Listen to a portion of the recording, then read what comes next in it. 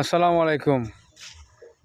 Prince cinema দেখে যারা বলতেছে যে প্রিন্স সিনেমার নাকি আগামাথা বুঝে না, প্রিন্স সিনেমার গল্প নাকি ভালো হয় নাই, তারপর হচ্ছে হলো গল্প নাকি আমরা বুঝতেছে না, তাহলে বলবো আপনাদের মাথায় গোবর ছাড়া কিছুই নাই।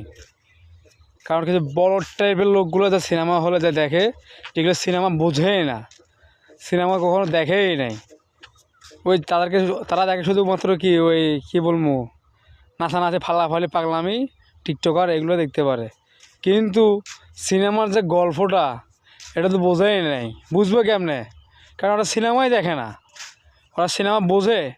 এই সিনেমা দেখে, প্রিন্স সিনেমা দেখে যদি বলে যে প্রিন্স সিনেমা নাকি আগে মাথা বুঝি নাই, তাহলে আমি মনে করবো তাহলে কেজিএফ চ্যাপ্টার 1 দেখলে তারা তো বুঝবেই না যে কী করতেছে সিনেমাটার ভিতরে।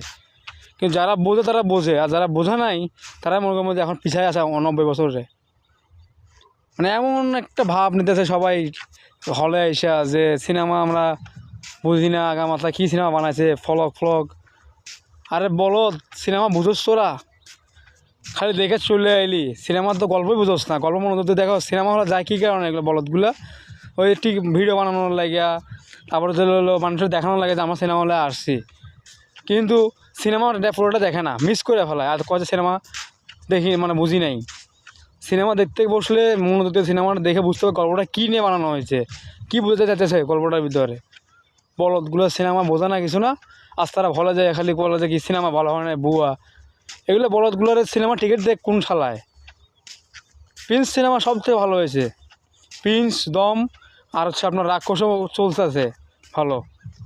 কিন্তু এগুলো বলে প্রিন্স বলে বোঝে নাই, প্রিন্স কি আর টাকলা, ওই টাকলা ইকবালের মতোই বক্তব্য দিতেছে আর কি মিডিয়ার সামনে। মানুষের দেখে মানে মিডিয়া দেখছে তো, দেখি এখানে লাফালাফি ভাইরাল হতে পারলে।